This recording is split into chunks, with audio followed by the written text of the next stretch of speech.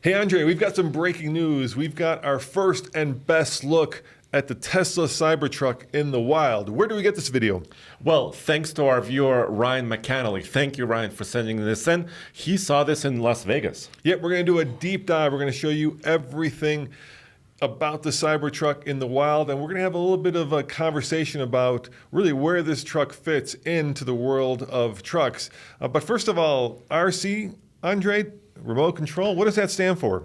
Yes, there's a big sticker on this particular prototype. I would call it prototype, right? Yes. Of the Tesla Cybertruck, but it's not remote control. It's release candidate. So the best information we have so far is that sometime this month, this is October 2023, they're going to have an event and maybe deliver the first truck. Now, isn't release candidate a computer thing? It's a computer term for like a software. It's a software term, Yes. right? But this is not a software thing. It's a full vehicle. Now, obviously, when the truck was introduced, we were there, and I got to ride in it. And I walked away thinking to myself, this is a big old truck. But now seeing the final production version, which it looks like this is, in the wild, it really does stand out. Yeah, so it's a little bit difficult to still tell the absolute size of it, right? But it's fitting perfectly into a regular parking spot at a Tesla supercharger station where it's charging. And we can also see the cable, how it's plugged in. It basically goes into this fender flare in the back. Yeah, and then Ryan was good enough actually to show us underneath the truck, which is also interesting. So what size wheels do you think? Can we zoom in on those? Can we see what size tires those are, or is it not defined enough? No, it's not quite defined enough, but the tire has that very unique kind of cut pattern in its sidewall because initially they showed it with kind of like a big hubcap almost, but now these look to be production wheels, and we can see 6 lugs. So you know how some of the vehicles, especially electric pickups, are really heavy. Yes. Right. So a lot of them use 8 lugs, but it's not the case here. Yeah, I mean, the Hummer EV, obviously, we had one. We weighed it well over 9,000 pounds, if I recall, 9,400 pounds. Yeah. Reports say that the Silverado EV also just, in the 8,000 pound range. And of course, the Lightning as well. That's because of the battery. Now, keep going with the video. Let's look underneath the truck because that's really interesting. Yeah. And then we can discuss what they promised and, what we will be getting, right? Yes. Uh-huh. So Ryan was kind enough. I mean, he keeps walking around. By the way, I want to point this out, Roman. Look at how sharp the edges are. It seemed like they probably figured out that big machine press, right, that's supposed to make these body panels. But let's look underneath. Yeah, let's forward on the video. Interior looks Tesla. Yeah, big screen, flat dash. The one thing I remember from taking a ride in it was that I could not reach far enough forward to touch where the glass and the dashboard came together. It's got such a raked windshield that it's hard to actually get, well, at some point, clean the front of that dashboard. You need like a little broom, right? You need like that little scrubber thing you get at the car wash for your windshield. You'll need that for your dashboard. Anyway, underneath it looks, very aero. Very, very smooth and aero. And I think it has to be 2 things. They're promising some off-road performance, right? So it has to be very tough because you don't want objects to protruding from the bottom of it, but also super smooth and aerodynamic. Look, that one looks like it's got dented up a little bit already. Or maybe that's just the way the light is shining. Well, hard look, to say. the bolts are sunk in. Yeah, so that's kind of good. Unlike the Hummer EV where they stick out. So let's talk about what Tesla promised, and let's talk about what we can tell they're going to deliver. So first of all, the biggest promise they made, which I doubt they will honor, is a $39,000 starting price. That would be mind-blowing, and sign me up for 10 of them at that price. Yeah, so remember, this was November 2019 when this event you were at happened, and this is before COVID. So I think those promises on pricing are not going to come true. Yeah, my best guess, Andre, and this is only a guess because Tesla doesn't have a PR department, so we can't ask them. But my best guess will be that the base truck, 2-motor truck, will start at, let's say, $59,000, $60,000. I think that's a fair guess. But, with Mr. Musk, you never know. Yeah, and of course, they also promised a tri-motor system, basically similar to the Plaid currently available. So 2 motors in the back, 1 in the front. We don't know exactly how much power that would offer, but that's going to start, I would guess, almost at 6 figures, right? I mean, because you're getting the truck. They're also promising there's some prototypes running around with rear steer. So the truck that can be kind of maneuverable. Well, it's funny because when it first came out, it was kind of cutting edge, and then all of a sudden the Hummer EV came out, then the Lightning came out, then the Rivian came out, and now the Silverado EV has come out. And so I think Tesla has had to change the design, or at least the functionality of the truck, to compete with those trucks. So, like you said, rear wheel steering, which is, crab walk on the Hummer EV, is something that we've seen in prototypes. So I think Tesla did add that because they kind of got caught off. Oh, that's kind of cool. I saw the lights come on immediately. That was kind of cool. Yeah, the lights are coming on here while the truck is at the parking lot. And dude, it looks just like a triangle. To me, as a traditional pickup truck guy, I don't see this being really useful. And by the way, electric vehicles are known for their frunks.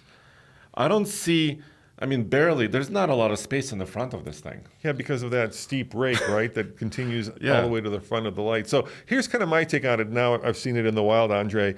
So since the Model T, right, there has been this Model T pickup truck, there has been this kind of Cold War in truck development.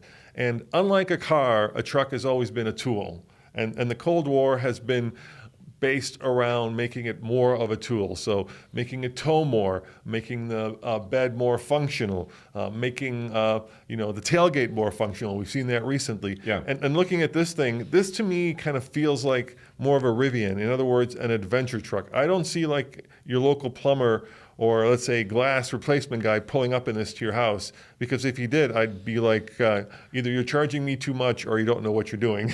So I look at this more of kind of the sports car of the truck world. Do you remember the old Viper SRT Ram? Yeah, SRT 10. Yeah, I kind of feel like that's what this is, because look at the bed. I mean, that bed is almost useless. Almost useless, right? I get that it's got the tan-out cover, but you're not going to put a bike back there, are you? You're not going to put a motorcycle back there. You're certainly not going to put a ladder on top of that thing. It just doesn't seem like there's any real utility. Yeah, any thought given to utility. It's all about style over substance. And how big is the bed? Do we even know how big the bed is? Well, here's the difference between. No, we don't know exactly how. I think it's between 5 and 5.5 feet. Like a Rivian. Or like a even an F-150. Yeah, so a mid-sized truck is between 5 foot 2 inches and like 6 feet. Right. So this could be very similar to that. Remember, you mentioned the SRT10 Dodge Ram, right? This was back Viper powered, yeah. Yeah, Viper powered truck. Ram sold other trucks alongside that SRT10. So if you were a fan of the brand, you can buy a very high performance, kind of a flashy vehicle like an SRT10. But if you want it to work, you can buy another Ram. But this is the only truck that Tesla is planning to offer, right? So one size does not fit all, I would say. And looking at those kind of off-roady tires, you could compare it to like a Raptor R or a TRX. But the thing about the Raptor R and the TRX, and we saw this in Texas, right? We saw a TRX clapped out using it as basically carrying junk to the junkyard. So those things still basically work as trucks. Yes, they're desert runners. Yes, they've got crazy horsepower, crazy suspension, but they certainly work as trucks. How much will this tow? What did Mr. Musk promise? What did Tesla promise? So they promised, and I have the story originally, that tri-motor all-wheel drive will tow up to 14,000 pounds, and maximum payload will be 3,500 pounds. These are almost heavy-duty numbers, but I don't see them coming true. I mean, from the original promise, you know what I'm saying? Yeah, you know what it looks like to me? In terms of the truck that most people think of. It's like you go to the store and you buy a drill, right? And Tesla has reinvented the drill as, let's call it, a movie prop. That's what it feels like to me. It's like a movie prop of a truck. Now, I don't know whether that will sell. It might. Tesla has not exactly been transparent with their numbers, except for, of course, the pre-orders, right? So we know how many pre-orders the truck got. It's supposed to be over 1 million. Yeah, but since they've kind of gone quiet, they certainly have not been able to meet the timeline. And I'm not making a judgment call. I'm being factual. And then, at the launch, they took a Yamaha ATV and they converted it into kind of a Cybertruck-ish quad, yeah, Cyber quad, and that to me suggests that this is definitely meant to be kind of, like I say, like a sports car of the truck world. Like a lifestyle vehicle. Lifestyle vehicle and not a work truck. And that may sell, incredibly well, especially the first 2 years. But, Ford doesn't sell 650 F-Series trucks as adventure vehicles. They sell them because they sell them to fleets. They sell them because plumbers and electricians, construction workers, everybody use them. I just don't see this as a trucky truck. Does that make sense? Yeah. It's a cool truck, just not a trucky truck. And, I don't see them selling 1 million of them. And maybe all those Tesla buyers are bored of their Model 3s and the Model Ys, and they're going to now jump into this, but it's going to be tough to park in your garage. And what we've learned from testing electric trucks is because of their size and because of kind of the requirements, they don't do really well in terms of miles per kilowatt hour. They just don't. Well, because they're heavy. Yeah. Right? So, and this may be a little bit more aerodynamic than most pickup trucks. Well, it looks like it for sure. It's a wedge. Yeah. Right? But still, there's, if you put 3 motors on this thing and beefy, big lug all-terrain tires, the efficiency is not going to be there, right? No, it just can't. We found that out when we drove a Lightning from Detroit up to Prudhoe Bay, right? The second we put a camper on it, and I don't know how you're going to put a camper on that. That's another question. You're going to have to redesign. I'm sure there's some entrepreneurs out there already building campers for it, but it's going to look funky. But what we found out is the second we put on all-terrain tires, we lost 10% efficiency. Mm-hmm. And then when we put on the camper, we lost another 10%. So we were down like 20, 25% efficiency. And let's face it, electric vehicles are all about efficiency. So I don't mean to be a Debbie Downer here. I'm just saying from a traditional truck buyer, from the Model T truck to now, trucks have always been about utility, at least most of them. Except for obviously the outliers like the Tremor, not the current one, the previous one, mm-hmm. right? Those have been sport trucks. This to me seems like it's going head to head with like the Rivian and not with the Ford Lightning. I would agree.